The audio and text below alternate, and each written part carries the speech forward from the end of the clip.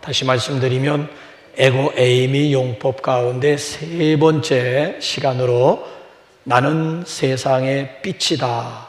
I am the light of the world. 예수님이 오늘 본문을 통해서 자기 선언, 나는 세상의 빛이다 라고 선언하시게 된 동기가 뭘까요?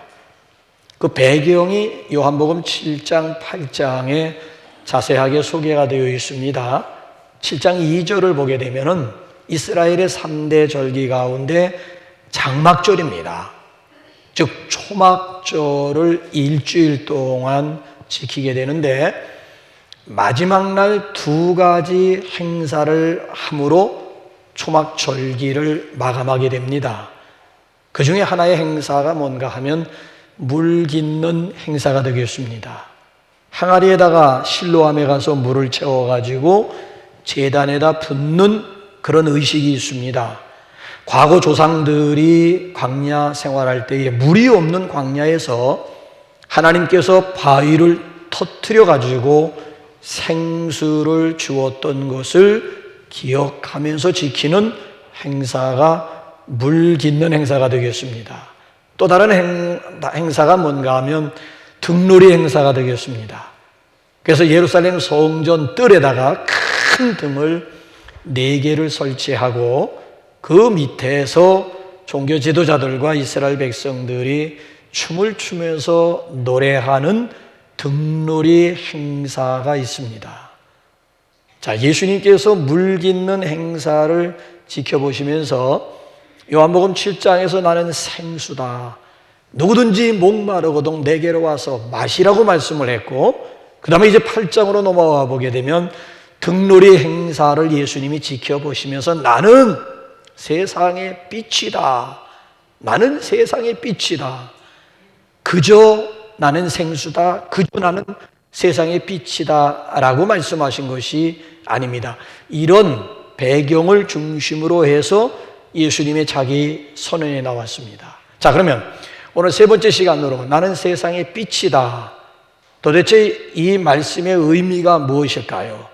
그것은 다름이 아닌 바로 생명의 빛임을 선언하십니다. 자, 그래서 12절을 우리가 또 다른 차원으로 한번 접근해 보겠습니다. 시작. 예수께서 또 말씀하여 이르시되 나는 세상의 빛이니 나를 따르는 자는 어둠에 다니지 아니하고 생명의 빛을 얻으리라. 나는 세상의 빛이니, 빛은 빛인데 어떤 빛이라고요? 생명의 빛임을 선언하셨습니다. 자, 물리학에서는 지구상의 모든 생명체들이 이 생명을 유지해가는 에너지원이 있는데 그게 바로 태양이라고 하는 거예요. 자, 중요한 것은 지구상의 모든 생명의 원천이 되는 태양이 그 에너지를 지구에다가 전달하는 수단이 그게 바로 빛이라고 하는 거예요. 빛이 태양 에너지를 지구 생명체에 전달한다라고 하는 거예요. 만약에 이 빛이 없으면은 생명의 원천이 되는 에너지가 지구상에 전달이 되지 않아서 결국 지구상에 있는 생명체들이 존재할 수가 없다라고 하는 것입니다. 그래서 이 빛을 그냥 빛이라고 하면 안 되고, 그래서 생명의 빛이라고 불러야 된다는 거예요. 자, 그런데 이제 중요한 것은 뭔가 하면은, 자, 이런 생물학적인 생명보다도 더 소중한 생명이 있는데 그것이 뭘까요? 창세기 2장 7절 생물학적인 생명보다 더 소중한 생명이 뭔지 시작. 여호와 하나님이 흙으로 사람을 지으시고 생기를 그 코에 불어 넣으시니 사람이 생명이 된지라. 그러니까 우리는 흙으로 만들어진 생물학적인 생명이 있는가 하면은 생기, 하나님의 생기로 만들어진 영적인 생명이 따로 있다라고 하는 거예요. 자, 이 흙으로 만들어진 이 생물학적인 생명은 먹고 마시고 활동하면서 누리는 생명이라고 한다면은 영적인 생명이라고 하는 것은 하나님과 예배하고 하나님과 교제하고 하나님과 동행하면서 누리는 생명이라고 하는 것입니다. 자, 그래서 한번 요한복음 11장 26절 한번 다 같이 한번 읽어보실래요? 시작. 예수께서 가라사대 나는 부활이요 생명이니 나를 믿는 자는 죽어도 살겠고 무릇 살아서 나를 믿는 자는 영원히 죽지 아니하리니 이것을 내가 믿느냐? 자, 생물학적인 생명이라고 하는 것은 죽음으로 끝난다는 거예요. 근데 이 영적인 생명이라고 하는 것은 죽음 후에 부활로 이어짐으로 영생한다라고 하는 것입니다. 그래, 이게 굉장히 아주 생물학적인 생물도 있는가 하면 그보다 더 중요한 것이 영적인 생명이라고 하는 거예요. 자, 여기에 이제 등잔이 있는데 등잔에 기름이 떨어지게 되면 결국 불은 꺼지게 되지 않습니까? 자, 마찬가지로 생물학적인 생명도 에너지가 떨어지게 되면 꺼진다는 거예요. 다시 말씀드리면 생물학적인 생명은 음식을 먹지 않으면 결국은 죽어요. 영적인 생명도 마찬가지. 에너지가 공급되지 않으면 결국 꺼져버리고 만다.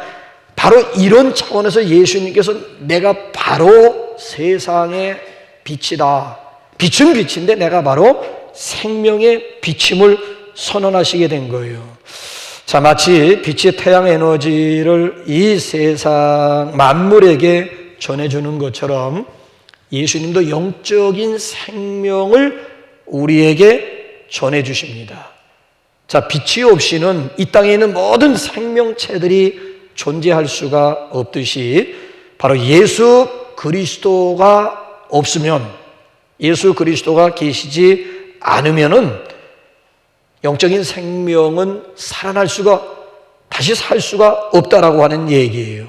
그래서 예수님은 나는 생명이니 라고 선언을 하십니다. 여러분, 그렇습니다. 예수님은 정말 우리의 생명이 되십니다. 여러분들은 믿는 사람과 믿지 않는 사람의 차이가 어디에 있다고 생각하십니까? 영적인 생명이 있느냐, 영적인 생명이 없느냐의 차이점이에요. 저 해바라기를 여러분 한번, 해바라기는 항상 언제나 해를 향하게 되어 있습니다. 그래서 해로부터 쏟아지는 햇빛을 온몸으로 받아들이게 됩니다. 그래서 그 이름이 해바라기, 해바라기가 되는 거예요. 자, 말라기 4장 2절 보게 되면은 장차 세상에 오실 예수님은 의의 태양으로 오시게 됨을 예언을 하셨습니다. 그래서 예수 믿는 사람들은 해바라기가 항상 해를 바라보듯이 예수 믿는 사람들은 믿음의 주요 우리를 온전케 하시는 이인 예수를 바라봐야 되는 거예요. 그래서 우리는 주바라기 인생이라고 하는 거예요.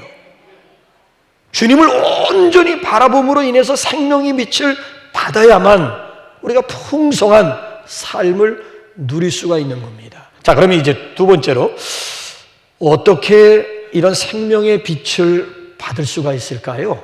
간단합니다.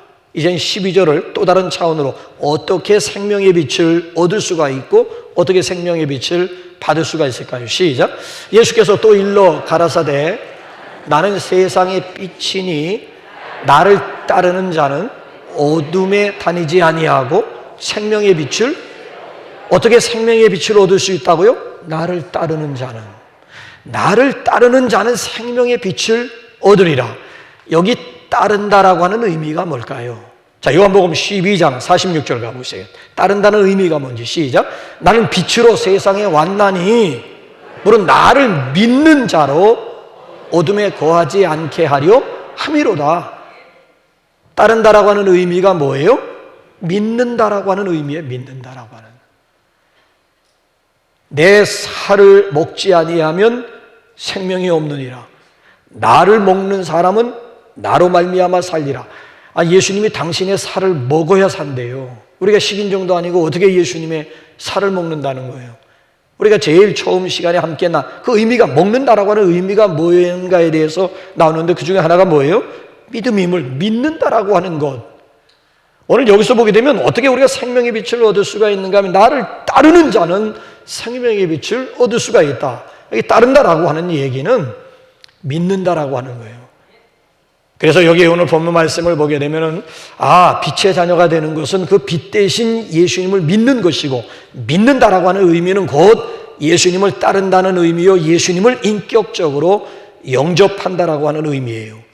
자, 예수님을 따르고 예수님을 영접하는 데 있어서 가장 중요한 것이 뭔가 하면은 요한복음 1장 9절을 한번 보시겠습니까? 요한복음 1장 9절 시작. 참 빛 곧 세상에 와서 각 사람에게 비추는 빛이, 여기 말씀을 보게 되면 오늘 8장에서 나는 세상의 빛이다라고 했는데, 여기서 보면은 빛은 빛인데 어떤 빛이라고요?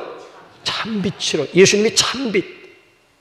참자를 강조할 때는 거짓자가 거짓 빛이 있다라고 하는 얘기, 가짜 빛이 있다라고 하는 얘기가 아니겠습니까? 나는 포도나무다 했는데 포도나무는 포도나무인데 어떤 포도나무라고요? 참 포도나무. 나는 참 포도나무. 예수님은 포도나무 되시는데 포도나무 중에서도 참 포도나무가 되고, 예수님은 빛인데 빛 중에서도 어떤 빛? 참 빛. 근데 중요한 것은 각 사람에게 비추는 빛을 강조하는 거예요. 각 사람에게 비추는 빛으로 오셨다는 거예요. 각 사람이 빛을 받아들여야 되고 각 사람이 생명을 받아들여야 된다라고 하는 얘기예요. 그래서 이 구원 문제라고 하는 것은 각 사람에게 해당되는 거예요. 구원 문제라고 하는 것은 1대1 개인적인 문제지 단체 문제가 아니라고 하는 거예요. 어느 가족 일원 한 사람이 예수 믿어가지고 그 가족 전체가 도매금으로 구원, 그런 얘기가 아니라고 하는 거예요. 간혹 보게 되면 맹랑한 남편들이 가끔은 있어요. 자기 아내가 새벽이고 낮이고 저녁이고 수요일이고 빠지는 법이 없다는 거. 여전도 해장도 하고 뭐도 하고 교회 일에 열심히만 내 아내 치맛자락 붙잡고 나는 천국 가면 된다고 열심인데 남편 바짓가랑이 붙잡고 천국 가겠다. 아니 여러분, 그러면 얼마나 좋겠어요. 아니 가족 중에 누구 한 사람, 열심히 믿는 한 사람 때문에 가족 전체가 구원받아가지고 천국 갈 수만 있다면 얼마나 좋겠어요. 그건 희망사항이지요.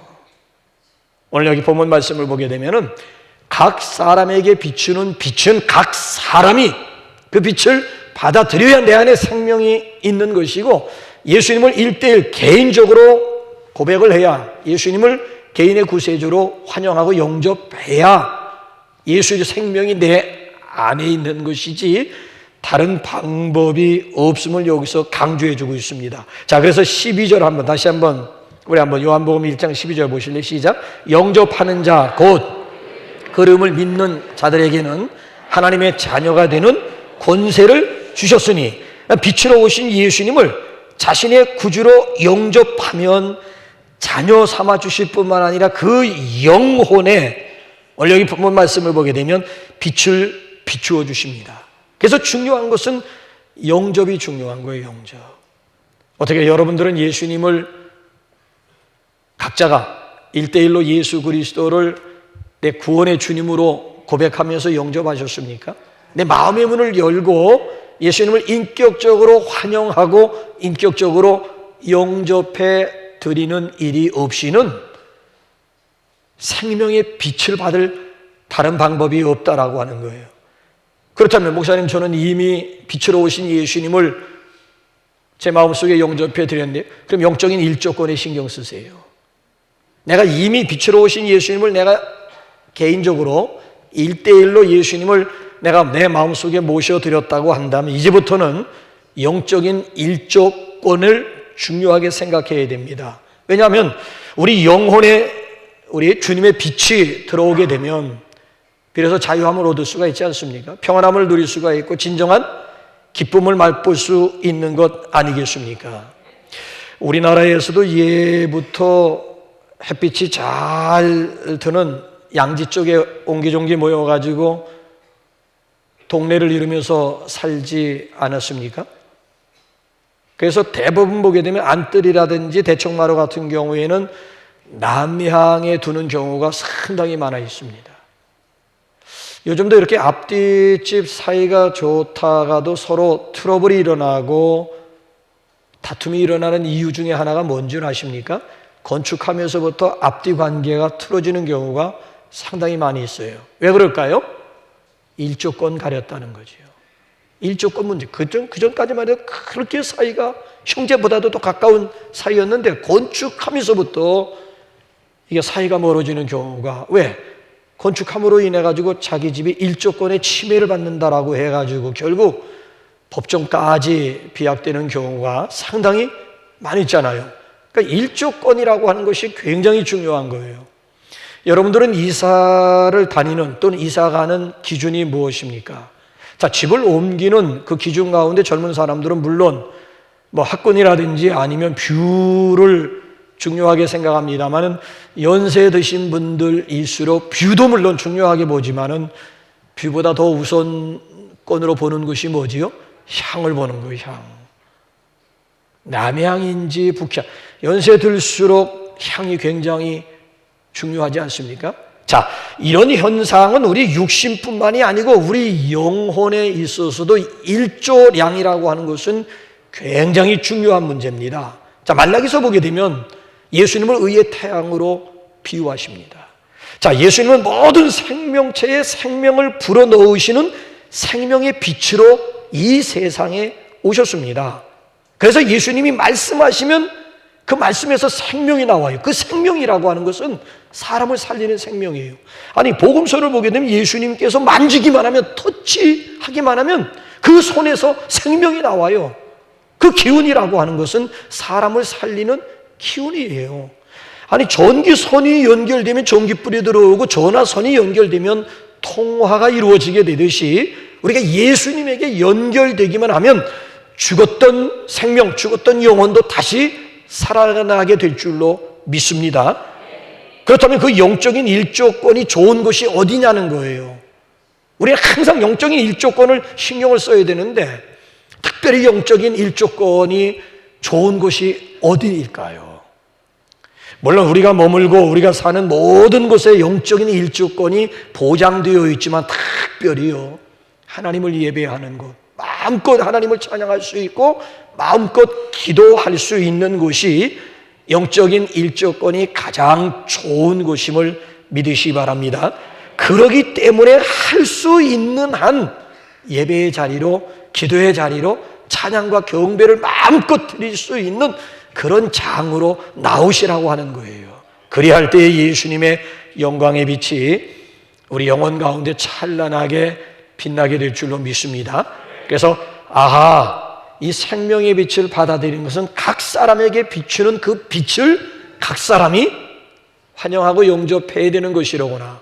이미 빛을 내 마음속에 영접하신 분들은 이제부터 우리가 관심을 기울여야 되는 것은 영적인 일조량에 우리가 관심을 기울여야 된다라고 하는 거예요. 자, 그러면 끝으로 그 생명의 빛을 받은 사람들의 사명이 있습니다. 그러니까 그 생명의 빛을 받은 사람들이 마땅히 해야 될 일들이 무엇일까요?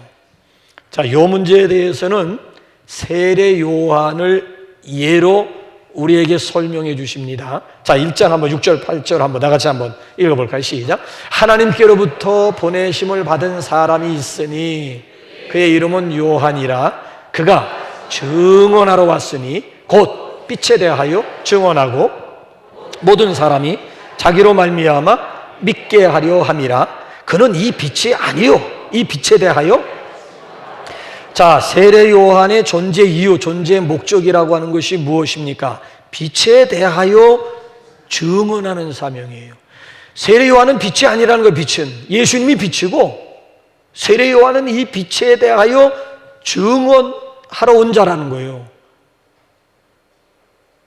요한의 증언으로 인해 가지고 많은 사람들이 생명을 얻게 하려는데 목적이 있다는 거예요.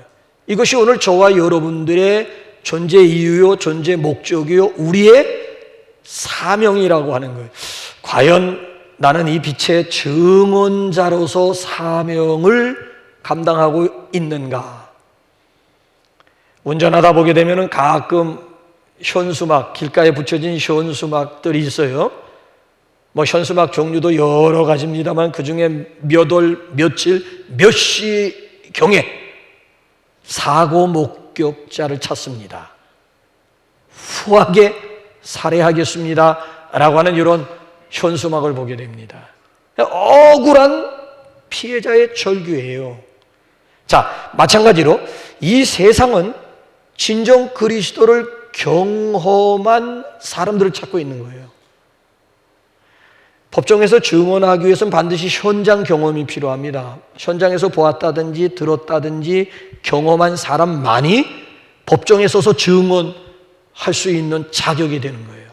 그러니까 이 세상은 정말 그리스도를 경험한 한 사람을 찾고 있는 거예요.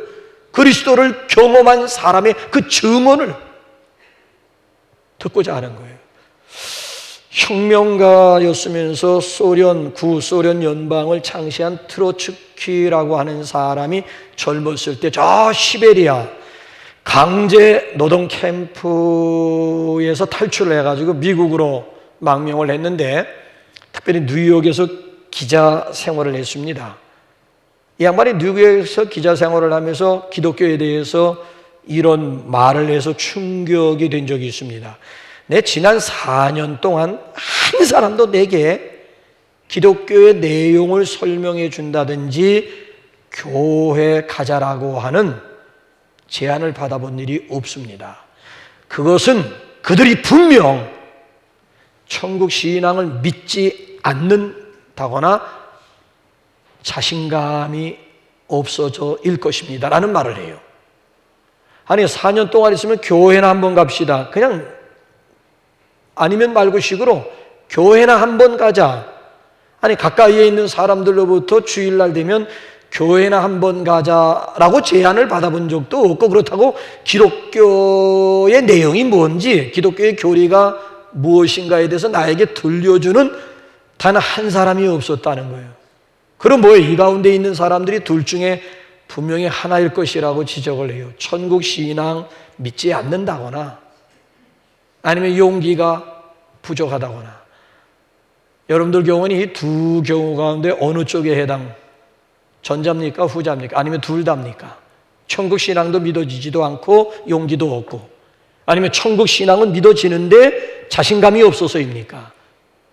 둘 중에 여러분들은 어느 쪽에 해당한다고 생각을 하십니까? 초대교회의 역사가 중에 요세푸스라고 하는 사람이 이런 말을 해요. 기독교인 전체는 기독교 선전원이다. 기독교인들 전체가 기독교 선전원이다. 여러분, 제가 궁금하게 생각해서 질문 하나 드려보는데, 여러분 주변의 이웃이 여러분들을 어떻게 평가하고 계시던가요? 아니, 여러분 주변에 있는 이웃이 여러분이 그리스도인인 것을 알고 계시던가요? 아니, 여러분 주변에 있는 이웃이 여러분들이 그리스도인임을 인정해 주고 있던가요? 아니, 여러분 주변에 있는 이웃이 내가 만약에 종교를 가지게 된다면은 당신이 믿는 종교를 내가 선택할 것이다 라고 하는 그런 얘기를 들어보신, 아니 지금은 내가 필요성을 느끼지 못하지만 앞으로 내가 만약에 종교를 가지게 된다면 당신이 믿는 종교를 선택하고 싶다라고 하는 그런 얘기를 들어보셨습니까? 아니면 직접적으로는 그런 얘기를 못 들었지만 빙 돌아가지고 내 귀에 들어오는 소리 가운데 예수님 믿고 싶은데 아무개 때문에, 아무개 꼴보기 싫어가지고 그 사람이 믿는 종교라면 나는 사양하겠다라고 하는 말을 어떻게 해가지고 둘러서 귀에 들어온 적이 있느냐라고 하는 그런 질문이에요. 자, 하나님은 그 어떤 것보다도 우리가 이 빛에 대해서 증거하고 증언하기를 원하십니다. 우리가 전도자가 되어지기를 하나님은 소원하십니다. 이것이 바로 오늘 저와 여러분들이 이곳에 있는, 아니 존재하는 이유요, 목적이요, 사명이라고 하는 거예요. 허버 밀러 박사가 책을 썼는데요, 그 책 가운데 여러 가지 통계를 제시하는데 그 통계들 가운데 이런 통계가 있어요. 그리스도인들이 평생 신앙생활할 때 평균치를 냈는데 그리스도인은 평균 6,000번의 설교를 듣는다네요. 그리고 8,000번의 기도를 한다든지 기도를 듣는다라고 하는 것이고요. 2만 번 이상 찬양을 한다는 거예요.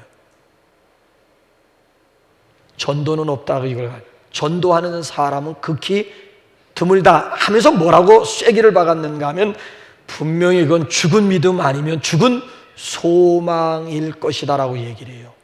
믿는다는 이름은 가지고 있지만 실상은 이미 죽은 믿음, 형식적인 믿음에 지나지 않는다라고 아주 날카롭게 아주 신랄하게 지적을 해주고 있어요.